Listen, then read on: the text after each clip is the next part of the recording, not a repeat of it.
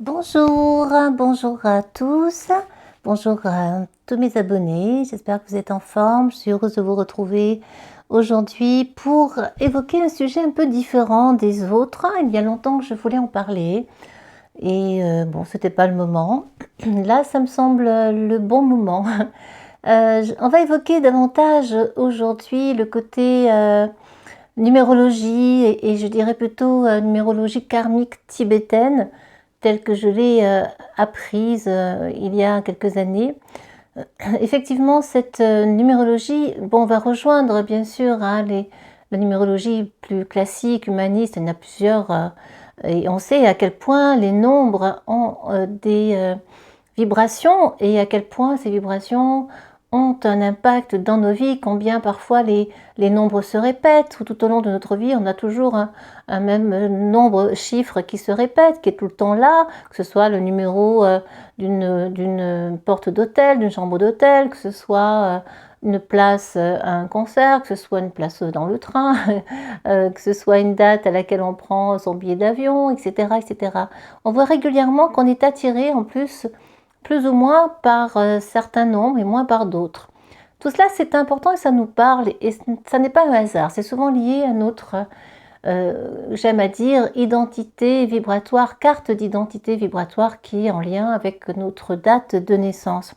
Et pour les grands maîtres tibétains qui transmettent tout cela verbalement, en fait, tout est lié, on a tout en fait, tout est lié à notre date de naissance, tout y est, ainsi qu'à nos noms et prénoms, hein, bien sûr, hein, qui sont aussi l'héritage pour le nom, l'héritage familial, l'héritage de nos ancêtres. Pour le prénom, eh bien, c'est davantage l'énergie physique que vous allez développer. L'initiale est importante. Si c'est un A, si le prénom commence par un A, ben forcément, on va avoir déjà affaire à une personnalité bien engagée, à quelqu'un qui est un leader, qui sait prendre des décisions, qui est courageux, etc., etc. Avec son pendant, hein, parfois colérique, direct, frontal et autres. Et tous ces nombres ont une importance aussi selon comment ils sont placés. Par exemple, l'élan de naissance, soit votre jour de naissance, a une importance capitale. Hein. Si vous êtes né le 13 décembre, je ne sais pas, 1890, le 13 va nous parler davantage d'une dette karmique qui est liée au travail. On en reparlera plus tard. Je ne vais pas vous en parler maintenant et toutes les faire maintenant. On va surtout évoquer là le sujet général de ces dettes karmiques et tout ce qui est lié à notre karma. Alors le karma, on va le voir aussi dans notre carte du ciel, du moins pour ma part, c'est ma sensibilité par le biais des nœuds lunaires, nœud sud, nœud nord. Le sud, c'est ce dont on hérite, le nœud nord, ce vers quoi on va évoluer. Et selon les pays, eh bien, l'un fait plus peur que l'autre et inversement. Hein. On n'a pas tous la même façon de les interpréter, de les regarder, ces nœuds lunaires. Nous avons la lune noire qui parle de nos peurs inconscientes, de nos parties sombres que l'on ne veut pas voir, d'un certain malaise que l'on a en soi parfois et qui vient nous déranger. Nous avons Chiron, le guérisseur blessé. Là, on est plus sur la partie astrologique, hein, astrologie, et sur la carte du ciel avec les planètes, etc. Les nombres liés à votre date de naissance vont nous parler également. Le 13 décembre, je vous l'ai dit, il y a du 13, il y a du 12. Et bien là, effectivement, on a déjà deux dettes karmiques, le 13, le 12. Alors, dans la catégorie, dans la série des dettes karmiques, si nous avons le 12 en élan de naissance, ça a déjà une signification. Le 13, c'est pareil. Nous avons aussi le 14, nous avons le 16, le 18 et le 19. Toujours hein, d'un point de vue tibétain. C'est un savoir qui se perpétue de manière très orale. Hein. On en parle, mais il n'y a pas d'écrit vraiment sur le sujet. Voilà, donc sur quoi cela est fondé? Eh bien, écoutez, il y a des théories, diverses théories sur la question.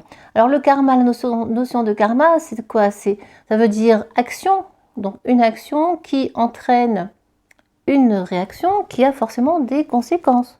Vous allez acheter un livre, l'action, la réaction, eh bien oui, vous êtes heureuse d'acheter ce livre parce que il va vous aider à ceci ou cela, parce que vous en avez envie, parce que l'auteur vous parle, ou parce que pour différentes raisons. Et la conséquence est que vous allez en sortir plus grandi ou déçu, ou je ne sais, il y a toujours une conséquence. Donc tout est ainsi en fait, et que ce soit une petite ou grande action, il y a toujours une conséquence à un geste, le moindre petit geste qui soit. Donc en général, du point de vue des dettes karmiques, dites karmiques et ou semi-karmiques, eh bien nous avons des ordres de priorité, on va dire d'importance par rapport à l'endroit où se trouve cette dette. Si vous l'avez, comme je l'ai dit, en élan de naissance, c'est-à-dire le jour de naissance, si vous avez ou le 12 ou le 13 ou le 14 ou le 16 ou le 18 ou le 19, c'est déjà très fort. Ça veut dire que là déjà on a pas mal de signification sur cette dette, qu'il y aura des choses à régler, et vous verrez souvent que dans votre vie, eh bien ça se répète selon la dette en question, que vous vivez des difficultés ou des épreuves ou des situations difficiles, plus ou moins faciles, ou qu'il y a des blocages, etc. etc. Lorsque ce nombre apparaît dans le mois, bon, c'est moins important. Ce n'est pas non plus à ne pas considérer, mais c'est moins important. Ensuite, on a le placement donc, en défi de l'âme. Donc, lorsque l'on place les nombres en colonne, eh bien, on additionne les derniers en colonne. Eh bien, on a là, en défi de l'âme, un montant, un nombre qui est donc additionné par le biais d'autres nombres. Et cela va nous donner donc un résultat. Et ce résultat est également lié à un défi, à votre défi. Votre défi sera d'être plus dans le 12, d'être dans le 13, ou de vous libérer de cette dette du 12, ou de vous libérer de cette dette du 13, ou du 14, ou du 16, ou du etc., 18, 19. Ensuite, on a celle qui est en lien avec le chemin de vie, qui n'est pas très importante, mais qui a malgré tout un rôle à jouer. Effectivement, le chemin de vie, c'est quand même ce vers quoi on doit tendre. Et lorsqu'on fait le total de nos nombres, tous les nombres de la date de naissance, on obtient un nombre qu'on réduit, on additionne les deux nombres entre eux, et donc ça peut nous donner ou un 12, ou un 13, ou un 14, ou un 16, ou un 18, ou un 19. Et là encore, nous sommes dans une dette karmique à régler. Alors comment est-ce qu'on règle cette dette karmique? Ça, c'est un long sujet, on en parlera une autre fois. Mais d'ores et déjà, lorsqu'on prend conscience que l'on vit cela, c'est déjà un début d'éveil en fait. C'est un début de prise de conscience en se disant oui, c'est vrai, effectivement, j'ai vraiment l'impression de vivre ça, et c'est bizarre parce que ça se répète, et ce sont souvent des schémas qui vont se répéter et qui viennent nous impacter dans notre vie, dans notre expérience de vie. Mais ce sont aussi nos expériences d'âme. L'âme est venue expérimenter, si on sait incarner, réincarner. Pour moi, évidemment, cela va de soi. Il est important de croire en cela, sinon c'est pas la peine même d'écouter cette vidéo. Lorsque l'on croit en la réincarnation de notre âme, eh bien, voilà, on a pour du moins connaissance que celle-ci va expérimenter des choses. À notre naissance, tout est oublié, et on va ressentir des choses qui se sont passées dans le passé, dans d'autres vies, dans des vies antérieures, une ou plusieurs, et qui viennent se répéter là, dans cette vie-là. Donc on va venir régler là les karmas d'autres vies passées, bien souvent.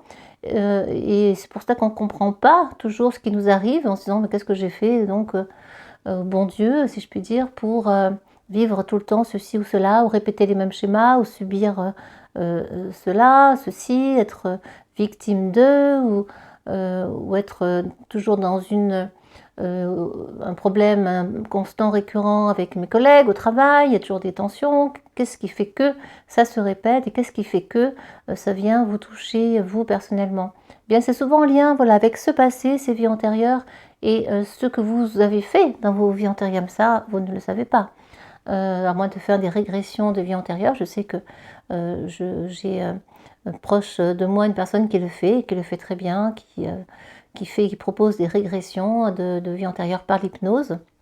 Ça fonctionne très bien, à condition bien sûr que vous soyez dans cette démarche, que ce soit vous qui demandiez à le faire, à connaître, car ça peut bien sûr aussi bousculer un petit peu votre état d'être du moment, et aussi à ouvrir d'autres portes, de nouvelles portes qui pourraient être assez difficiles à vivre, ou dérangeantes. Mais revenons donc à ce karma, à cet héritage, tout ce dont on a hérité de vie précédente ou de notre vie là actuelle à l'instant T. Eh bien, on va cela va avoir une répercussion pour ou tout de suite, ou plus tard, ou dans 10 ans, ou dans 20 ans, ou pour d'autres vies à venir. C'est pour ça qu'il est important dans cette vie-ci de prêter attention à la manière dont on agit, à ce que l'on fait, comment on le fait, à ce qu'on dit, à ce à quoi on aspire, comment est-ce qu'on est avec les autres, comment est-ce qu'on gère notre personnalité. Et c'est essentiel d'aspirer à être une meilleure version de soi pour justement éviter de retomber dans ce karma ou de l'entretenir et éviter d'en créer d'autres. Parce que lorsqu'on agit mal, on va, encore une fois, action, réaction, conséquence, on va créer de nouveaux karmas pour la suite. Donc je vous invite vraiment à regarder votre date de naissance et à voir un petit peu comment ça résonne pour vous et si ce que je vous dis là a un sens.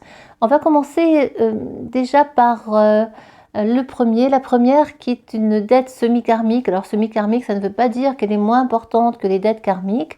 Elle a son importance aussi, mais peut-être qu'elle est plus facile à régler lorsque l'on connaît l'origine et l'explication liée à cette dette semi-karmique. Alors, il s'agit donc de la numéro 12. Ce chiffre, donc, en élan de naissance, ou en défi de l'âme, votre défi, en chemin de vie aussi, par le 3, c'est-à-dire le 12, le 3, si vous voulez, chemin de vie, est arrivé au 3 par le 12, pardon, c'est l'inverse. Eh bien là, on va nous parler de blocage énergétique. Il se peut qu'à la naissance, par exemple, lors de l'accouchement de votre maman, il y a eu des problèmes. Alors ça, c'est surtout lorsque ce nombre apparaît en jour de naissance, en élan de naissance.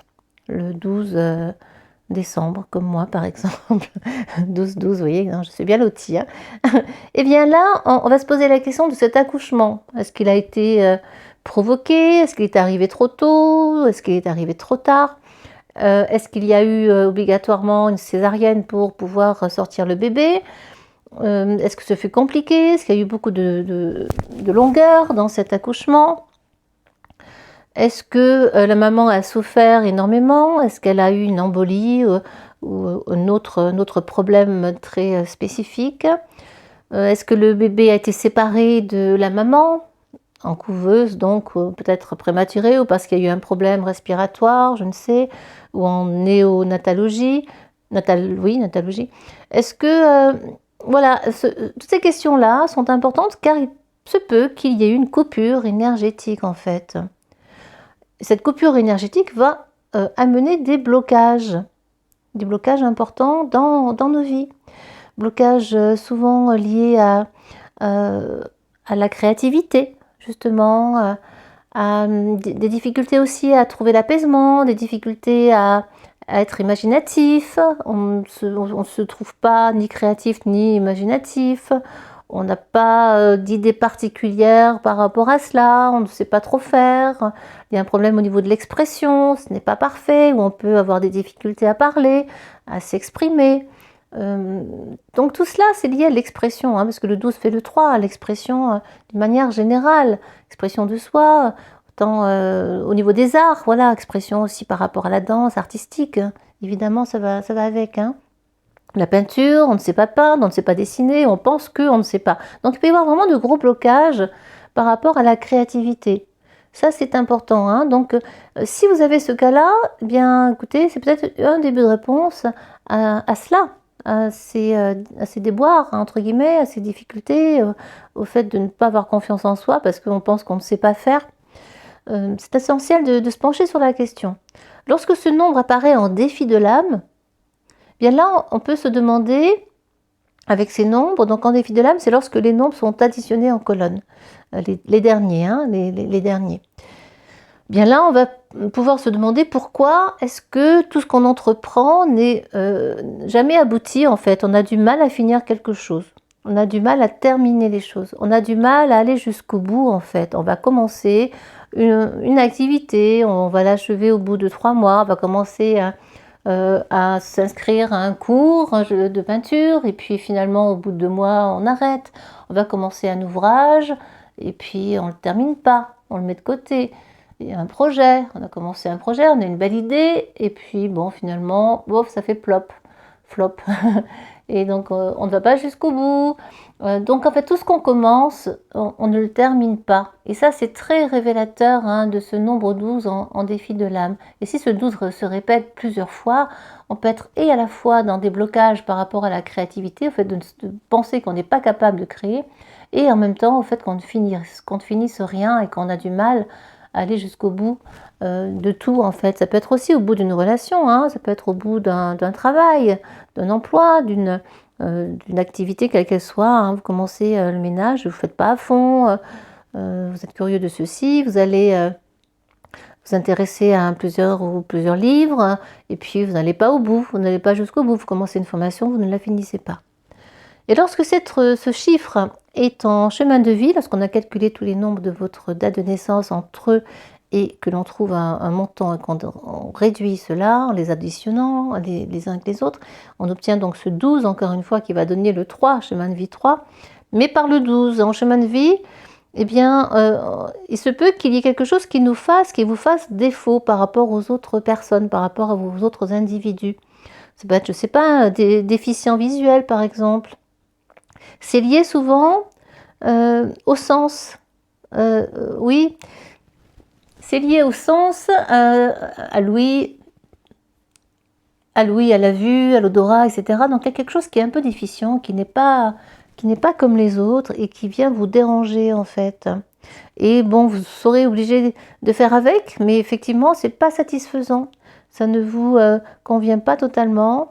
Et il sera alors, dans ce cas, si c'est par exemple un problème d'oreille, si vous avez une petite surdité, eh bien vous allez devoir compenser avec d'autres sens, les autres sens. Et je vous ai invité justement à compenser par un autre moyen, par un autre biais, pour pallier à ce petit souci qui n'est pas si grave en soi. Hein.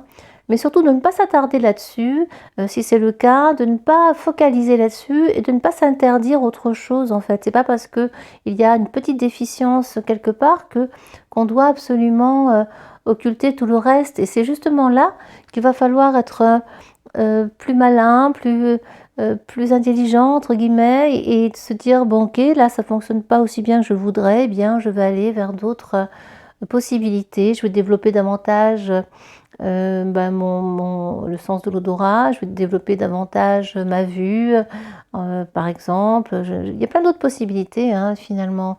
Rien n'est un problème. Voilà.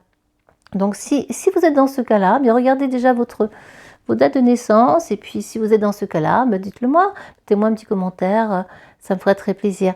Je continuerai cette histoire des dettes karmiques et semi-karmiques par la suite avec d'autres vidéos pour changer un petit peu des prévisions, et parce que j'avais envie d'en parler depuis longtemps, là ça me semble être le bon moment. Voilà, j'espère que ça vous aura un petit peu éclairé, que vous aurez compris des choses. Je sais que je peux parler un petit peu pour moi, le jour où j'ai découvert lors d'un salon, d'une conférence, que le 12 c'était le blocage à la créativité, etc. Et j'ai compris plein de choses et j'ai compris à quel point cela prenait du sens et comment, et à partir de là, ça a ouvert tellement de portes pour moi. Hein. Moi, je suis de 12-12 et j'ai eu beaucoup de 12 dans ma vie. Donc 12-12, vous voyez, doublement bloqué. Et si on l'associe à la carte du pendu au tarot, voilà, pendu et absolument bloqué dans sa créativité. Grâce à cela, ça a ouvert d'autres portes vraiment intéressantes et qui m'ont permis d'aller vers autre chose et d'apprendre à créer justement, d'ouvrir ce chapitre d'imagination, de l'imaginaire, de la créativité en travaillant dessus davantage. Voilà, en tout cas merci pour votre écoute, j'espère que cela vous aura plu et surtout n'hésitez pas si vous avez des sujets liés à la spiritualité, à l'éveil, à une certaine guidance, à comment trouver l'apaisement, comment réussir à se poser, comment réussir à méditer, etc. J'aurai plaisir à vous aider et s'il y a des sujets sur lesquels vous souhaitez que je développe, j'aurai aussi plaisir à le faire. Merci pour votre écoute, vraiment, mettez-moi un petit commentaire, ça me fera vraiment chaud au cœur et ça permet de partager, d'échanger. Voilà. Merci, à très bientôt et prenez grand soin de vous. Je ferai la suite des dettes karmiques et semi-karmiques lors d'autres rendez-vous sur YouTube. Merci, au revoir.